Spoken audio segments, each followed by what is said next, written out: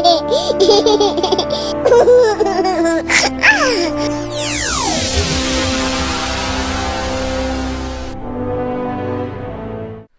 நாள் ஒரு மனுஷன் காட்டுக்குள்ள போயிட்டு இருந்தான்.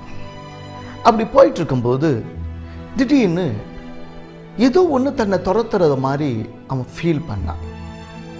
திரும்பி பார்த்தா ஒரு புலி அவனை துரத்திக்கிட்டு வருது.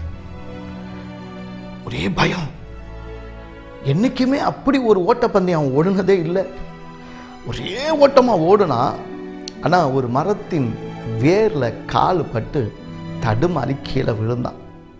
கதை முடிஞ்சிடுச்சு அப்படின்னு அவனுக்கு தெரியும்.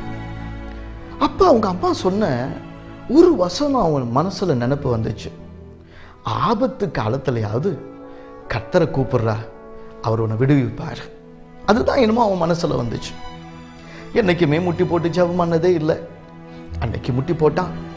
முட்டி போட்ட உடனே கையெடுத்து கும்பிட்டான். ஆனா என்ன சொல்றதுன்னு இப்ப தெரியல. என்னைக்காவது ஜெபம் பண்ணியிருந்தா தானே.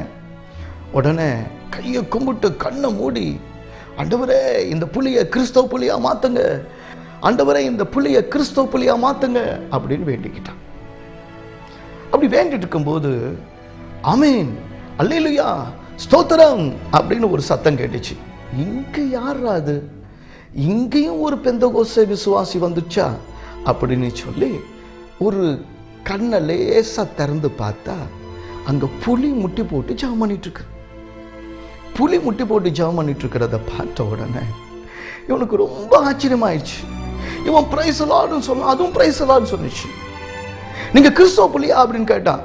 உங்களுக்கு தான் 1000 கடவுள், நாங்க படைச்ச கடவுளை தான் கும்பிடுறோம் அந்த புலி சொன்னிச்சு.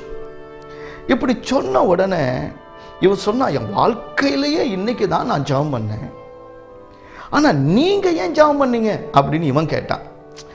அதுவா, சாப்பிட்றதுக்கு முன்னாடி ஜெபம் பண்ணிட்டு தான் சாப்பிடுவேன் நான் அப்படின்னு அந்த புலி சிம்பிளா சொன்னிச்சு. நிறைய பேர் புலி வயிற்றுக்குள்ள போன பிறகுதான் ஜெபிக்கணும்னே நினைக்கிறாங்க.